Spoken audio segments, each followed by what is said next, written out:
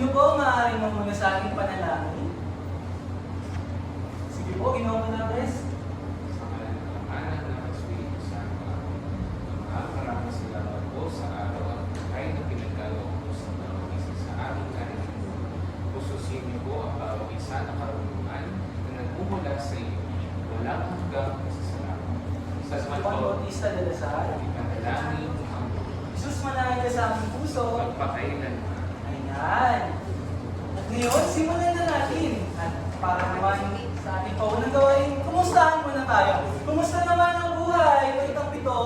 Okay naman po.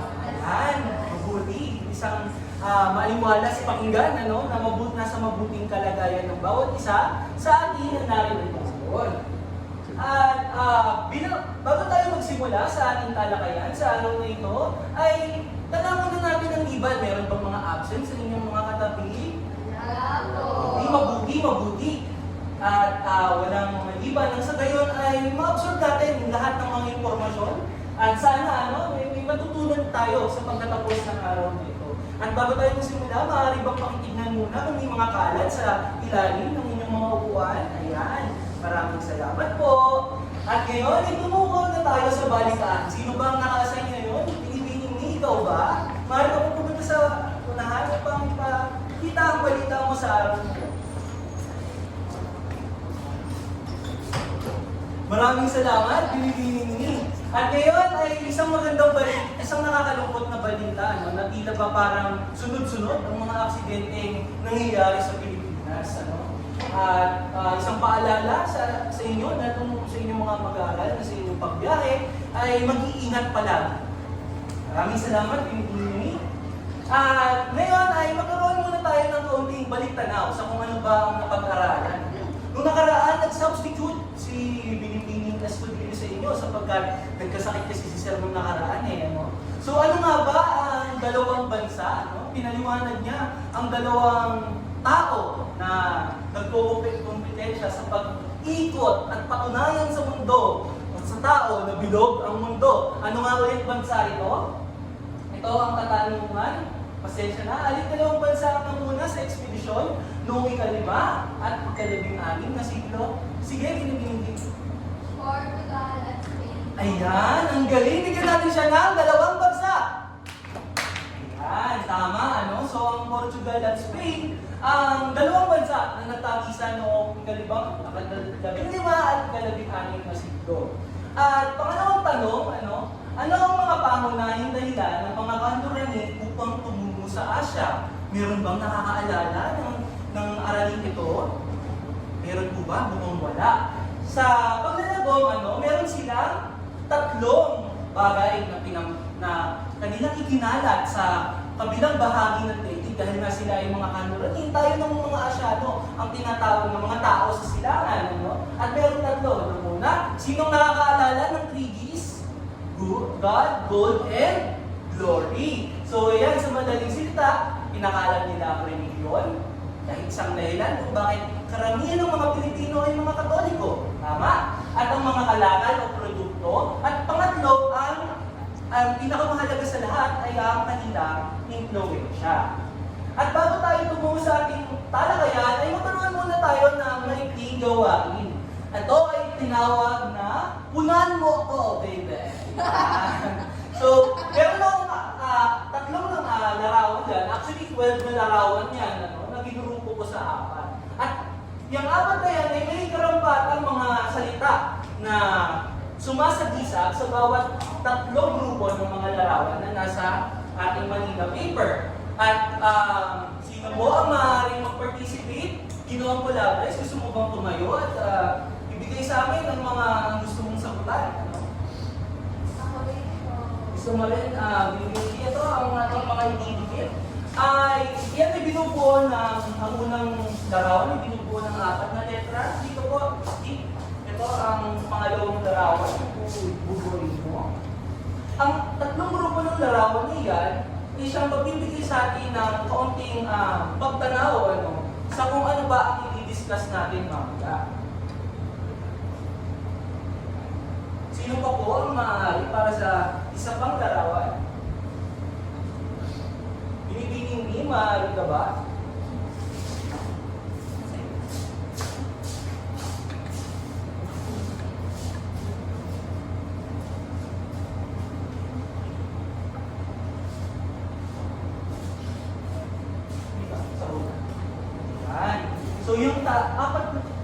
labing-dalawang larawan na yan ay siyang magbibigay sa atin ng tanaw naman. Ano nga ba ang pag-aaralan natin sa ngayon? Kung ang nakaraan ay patungkol sa circumnavigasyon, tayo naman ay babalik sa Asya upang tunghayan ang iba't ibang piraso ng kasaysayan na maaari natin mapulutan ng aral at maaari natin i-relate sa ating buhay bilang mga Pilipino. Maraming salamat sa mga nagpa-participate, ano?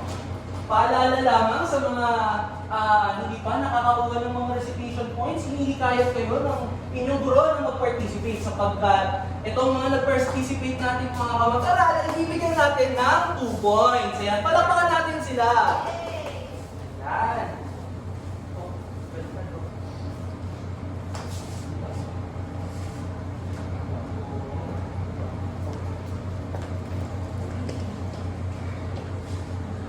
Ayan, maraming salamat. Palakpakan natin ang ating mga sarili. Ayan.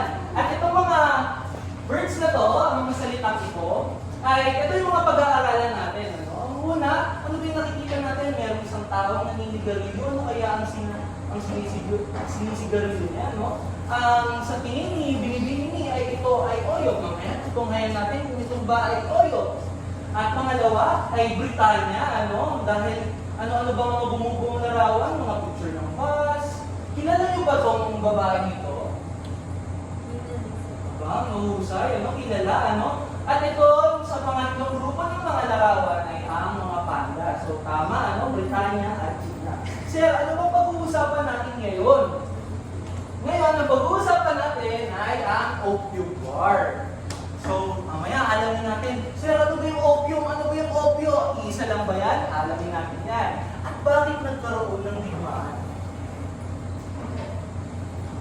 So, simulan natin muna sa ating mga layunin. Maaari bang makibasa? Binibinin Jen?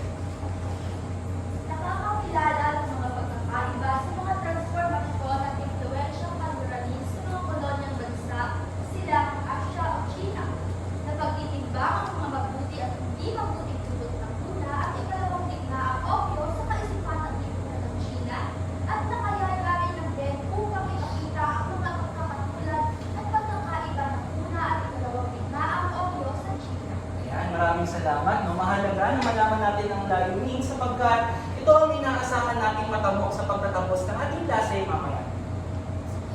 Ayan. Simulan muna natin, no, ang pagbabawal ng opyo sa China. Pero ano nga ba ang opyo? So, ang opyo, nakita natin yung picture natin doon kanina. Sir, ano yung parang dalandan na hindi maintindihan, no? So, hindi siya dalandan. No? Mga anak ay sapagkat ito ay isang bulaklak na kung saan sino ba dito ang pamilyar sa mga iba't ibang illegal na droga? Meron ba kayong nababalitaan na mga pangalan ng droga o nababalitaan sa TV? Siguro nababalitaan nila ang iba't ibang droga, yung shabu, at kung ano-ano pa. At pinapaalalahanan ko ang bawat isa na tayo bilang isang mga mag-aaral at kahit lumaki pa ay hindi natin ito dapat gawin. Unang-una sapagkat ito ay iligal at pangalawa at higit sa lahat ito ay nakakasama sa ating kalusugan at sa ating lipunan. So sir, bakit nyo naitanong, no? Bakit nyo naugnay sa droga? Sapagkat ang opyo, ito ang pinaka-tatay o pinaka-lolo ng mga droga na meron tayo ngayon. Kung tayo meron mga iba't ibang kultura, iba't ibang sinasaksak sa katawan, ang opyo ay tulad ng isang magsisigarilyo, yung typical na yosi na nabibili sa tindahan. No? Ito ay dinidikdik, ito ay isang bulaklak na dinidikdik at sinisigarilyo ng mga sinaunang tao ng panahon ng ika-15 hanggang ika-18 siglo.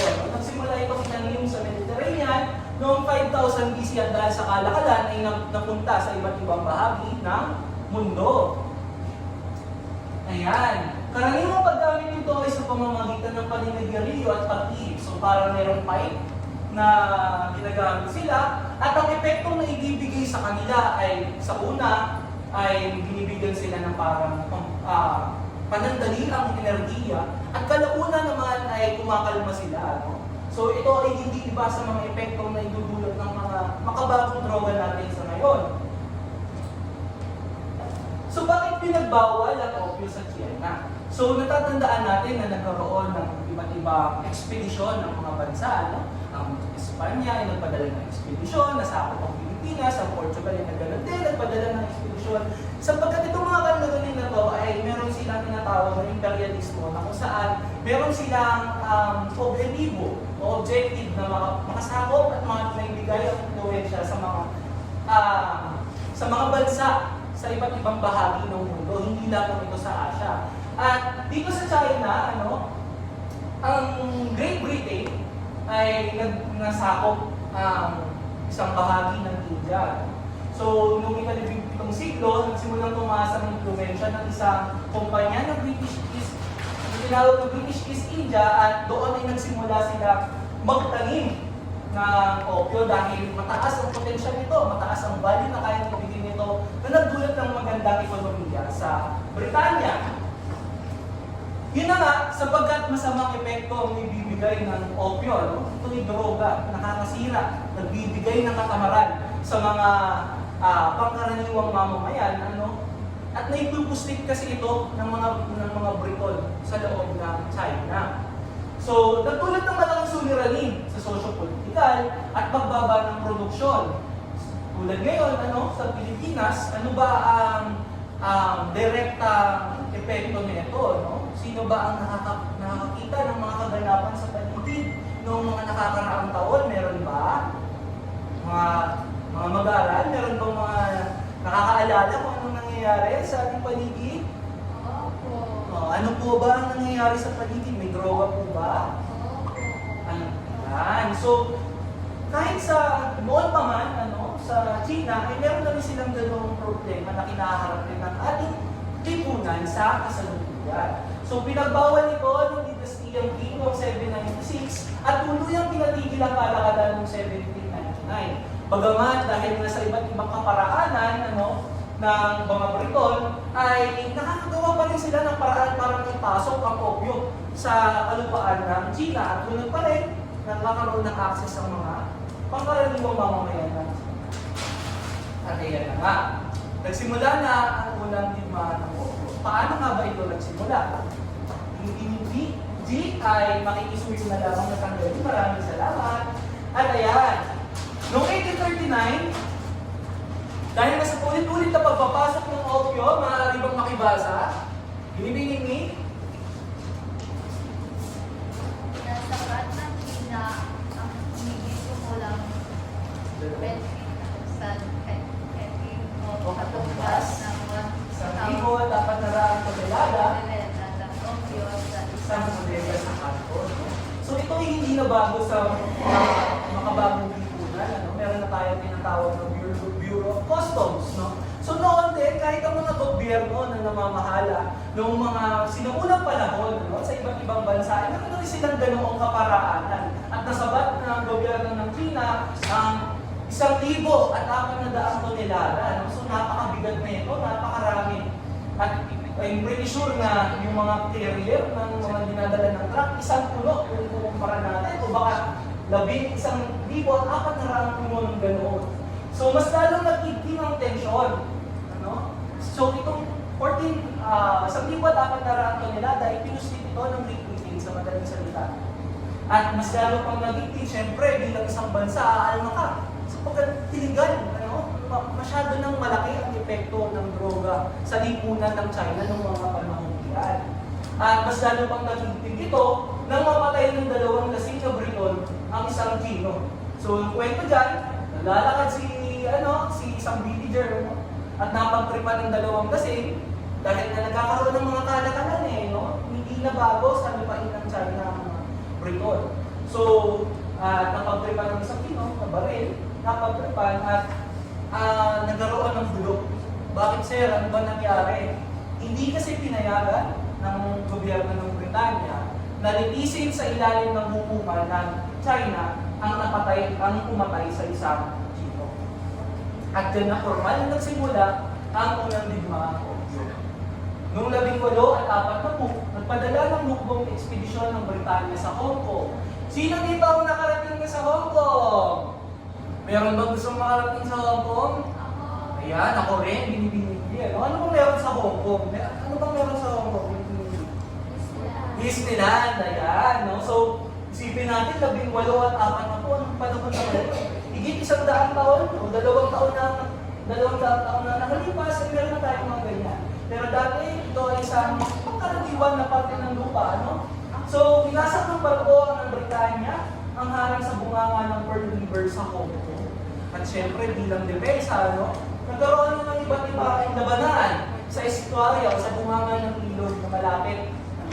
Nandito siya, ang Hong Kong ay nandito, at ito ang tinatawag na Pearl River. Ayan, nung 18 at 41, dahil sa sobrang lakas ng hukbo ng Britanya, bagamat malayo sila sa kanilang tinatatayo, soil ng Britain ay nasa Europa pa. Pero dahil nga malapit sa kanila at meron silang teritoryo sa India, napakadali para sa kanila na magpadala ng mga tauhan papuntang China. So, isa pang salik na nakaapekto kung bakit palaging nagagapi ng mga Briton ang China, no, mga pwersa ng China, ay dahil sa lakas ng kanilang mga kasangkapan o weapon na sa gayon ay mas madaling mapapatay ang mga kalabang pwersa. At dito, naglayag sila pupuntang Hilaga upang sakupin ang kanton. Ang kanton sa ngayon ay tinatawag ng Guangzhou Province. Nagpatuloy yung magdugong labanan sa kanton hanggang sa isuko ang lungsod sa pagtatapos ng taon. Hindi bago ang mga nangyari o mga kaganapan ng sumunod na taon. Sir, bakit po? Kabi-kabi ng ekspedisyon pa rin ang pinadala ng Britanya sa mga pangunahing lungsod ng China. Hindi lang sa Canton, hindi lang sa Hong Kong, pati sa Shanghai at iba't iba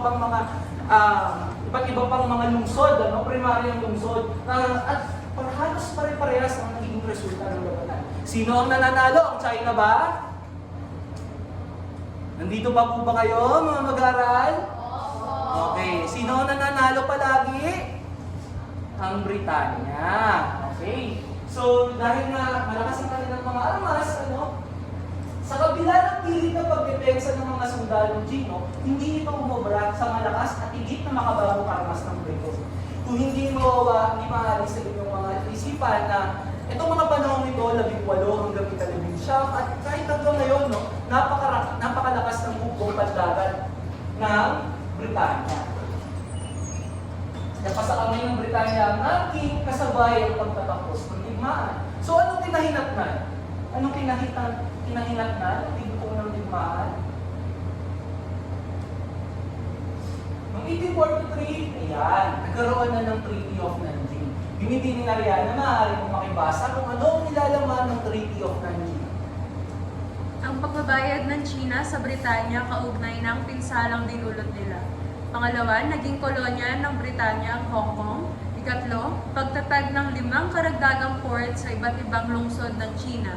Panghuli, extraterritoriality sa mga mamamayan ng Britanya sa China. Maraming salamat, Binibini na riyan na, So, itong Treaty of Nanjing, napakasaklap ng nangyari, sa madaling salita, napakasaklap ng nangyari sa China sapagkat sila na yung nagkapit sa digmaan, sila pa rin ang may tungkulin na bayaran ng mga damages, ang mga damages na nagawa nila sa Britanya. At isa pa dito ay yung naalala niyo yung topic natin kanina na nasabat o nakulimbat ng China na 1,400 tonelada, pinagbayaran yun ng China. Okay, so kayo ba, may ginawa na kayo ng masama ng inyong kaklase, sinusundok na kayo, papayag pa ba kayo na maging mabait pa sa kanya? Hindi po, binibili sapagkat maaari natin isumbong, maaari natin sabihan ng sa gayon ay maiwasan natin, huwag kayong manghihinayang na sabihin sa inyong guro ang mga ginagawa, mabuti man o masama ng inyong mga kamag-aral. At yun nga, dahil sa patuloy na pagpananakot, iba't ibang institusyon, nakapagpayo sila ng mga porto o mga pier at extraterritoriality. Sir, ano na naman yan? Ano yung extraterritoriality? Sa madaling salita, ito ay isang sistema na kung saan, halimbawa, si Ginoong EJ, pumunta ng Amerika dahil siya ay may extraterritoriality, napatay niya si Ming. Si Ming, ay citizen ng Amerika.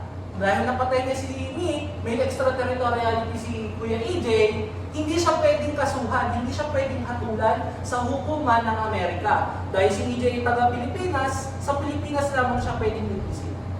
Okay? Naiintindihan po ba? Grade 7, nandiyan pa ba kayo? Ayan, maraming salamat. At akala niya tapos na, ano? Hindi pa. Dahil nagbabalik ang mga kanuranin. At nilagay ko dyan, last one pa. Dahil noong 1856 o 1839, approximately mga 15 years later, sinusunod yung Treaty of Tianjin, ano? Pero habang tumatagal ay parang, siyempre parusa yun eh, ang pagbabayad naman ng mga ng damages sa isang bansa ay hindi ito isang biglaan, pagkos ito ay maaaring tumagal ng iba't iba ng haba ng taon. No? So, siyempre, aalma ang mga mamamayan ng China. Kaya, inaresto ng mga opisyal ng China, ang mga Chino, take note ha, yung mga opisyal ng China, inaresto yung kapwa Chino, pero yung sinasakyan kasi nilang barko ay yung Arrow. At itong Arrow na to ay nakarehistro bilang British warship. Ano?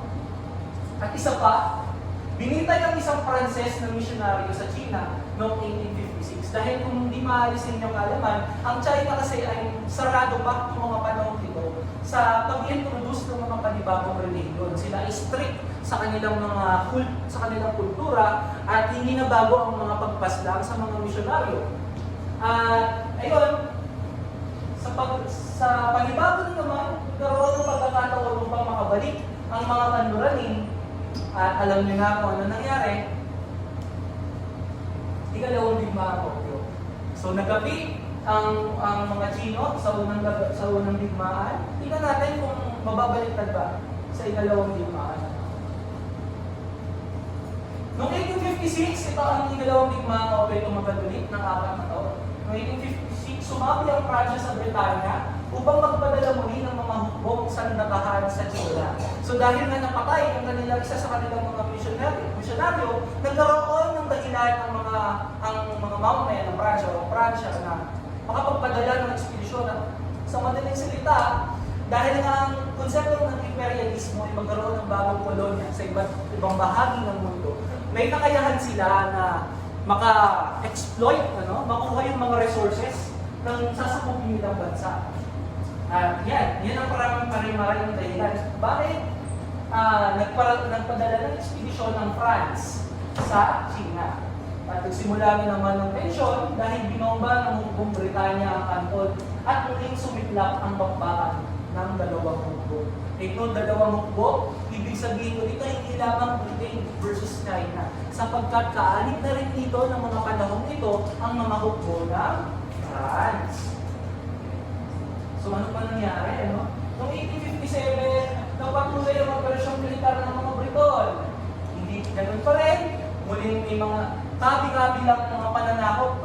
Sa mga tagpong ito ay hindi nagkaroon ng matinong oportunidad ang mga Chino na makaganti o magapi kahit man lang ang mapigilan ng tuluyan ng pagsakop sa isang syudad. Paulit-ulit na ganun. Dahil tatandaan natin, nagbabayad pa kasi sila ng mga damages. At yung para makarecover ang isang militar ay kinakailangan ng mga pondo. So hindi sila nakarecover ng unang digmaan. At dito ng ikalawang digmaan, ganun pa rin ang naging resulta. 1858, magkaroon naman ng Treaty of Tianjin. Noon ay Treaty of Nanking, ngayon ay Treaty of Tianjin. Nagapi ng bago ng Britanya ang mga Persa, nagkaroon ng panibagong treaty na kung saan magkakaroon na ng legal na importasyon ng opyo at pinahihintulutan na ang mga Kristiyanong misyonaryo. At ano nga ba ang naging resulta ng ikalawang digmaang opyo? Sensya na, hindi ko nabago, nagkaroon ng Beijing Convention. Hindi tatapos ang digmaan. Ito siguro ang isa sa mga posibilidad sana dahil ang capital ng China ay ang Peking o Beijing ay masyadong binigay na nila ang lahat ng kaya nila upang depensahan ang fortress na meron sila doon. Pero ganoon pa rin, bigo pa rin sila sapagkat mas pinalakas ang pwersa ng Briton dahil meron na nga silang suporta na nanggagaling sa France. At yung mga stasyon sa Davao ay pinabagsak at sa huli ay sakop na rin ang Peking o Beijing. So ano ang nilalaman ng Beijing Convention? Binibining ni maaari bang makibasa? Pakibasa? Tutuloy ang pagsunod sa Treaty of Taipei, pagbibigay ng soberanya ng Poland Peninsula at isang Stonecutters sa Britanya. Mababang tiwing pa sa produktong kanluran ang pagbibigay ng lupain sa business. Okay, maraming salamat. Binibining ni ano? So, ganun pa rin. Ano? Napakalupit. Nanggapin na kayo, hindi ilang libo ang namatay. Hindi lang libo ilang libo ang namamatay sa tuwing nagkakaroon ng gera. At sa huli, natalo na kayo sa gera, namatayan na kayo ng mga kamag-anak, namatayan na kayo ng pamilya, pagbabayad pa ang mga susunod na henerasyon nyo dahil sa mga cost o damages na naibigay nyo sa bansang tumalo o sumakot sa inyo. So, ang naging parusa sa kanila, kailangan na nila sumunod doon sa naitatag na treaty. Yung Pauling Peninsula, basta kami ng Britanya, nakapagtayo ng katedral ang Pransya sa mismong lungsod. So, nagkaroon ng mga lupain o pwesto ang mga kanlurani sa mismong sentro ng China na matagal nilang pinangalagaan ng ilang libong taon. So, bilang paglalahat, yung unang digmaan opyo, dalawang digmaan opyo, sa una, China versus Britain. Sa ikalawang digmaan opyo, China versus Britain tsaka France. At ang unang digmaan opyo ay noong 1839 hanggang 1843. Ang ikalawang digmaan opyo naman ay noong 1856 to 1860. Ano nga ba ang naging sali? Una, yung sa unang digmaan opyo, inagal ang importasyon ng opyo. At yung ikalawang digmaan opyo pa rin, pero dahil nga nagtapatay ng grupo ng China, ang isang Pranses noong 1856, nagkaroon sila ng oportunidad na makisali sa digmaan. At ang bunga, binigay ng China ang Hong Kong sa Britanya, at mga ikalawang digmaan opyo, parehas pa rin, dagdag na lupain sa mga kanluran ng bansa. Ayan, bilang pangwakas na gawain ay bibigyan ko kayo ng isang one-fourth na papel upang sagutan ang ating exit quiz. Mga mag-aaral, maaari bang makibasa ng sabay-sabay? Anong salita? Mayugay mo sa unang digmaan opyo at ikalawang digmaan. Okay, so take note salita, isang salita lamang, isang salita. O pareralan na maaari mayugnay nyo sa unang digmaan opyo at sa dalawang digmaan opyo. Mamaya ipupunin ko yan, makalipas lamang ng 5 minuto. Pero tumuloy muna tayo sa ating pagtataya. Hatiin natin ang grupo sa ang ating klase sa dalawang grupo na may bilang na 5 kasapi. Bilang pagtataya ay inaasahan ko kayo na magdumikha ng isang Venn diagram na siyang nagpapakita ng mga pagkakatulad at pagkakaiba ng dalawang digmaang pinalakay. Bibigyan ko lang kayo ng 5 minuto upang gawin at magkaroon ng presentasyon. At ibibigay ko na rin ang ating, ayan, ang example ng Venn diagram na maaari niyong gawin. Nasa magkabilang pisngi ang pagkakaiba at nasa gitna ang kanilang pagkakatulad. At ibibigay ko na rin ang takdang aralin na sa gayon ay magkaroon kayo ng sapat na oras sa ating gagawin ng presentasyon maya-maya lamang.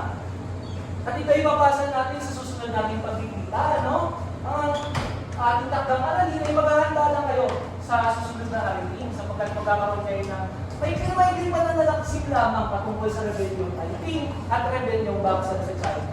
Sulat nito at maaari nyo i-print sa isang pirasong ballot paper. Maraming salamat. At ayun, napakaganda ng presentasyong pinamalas ng bawat isa, At muli, maraming salamat at inaasahan kong natuto kayo at makapag-participate pa sa mga susunod na kaganapan at ating klase. Maraming salamat! Paalam! Bye po!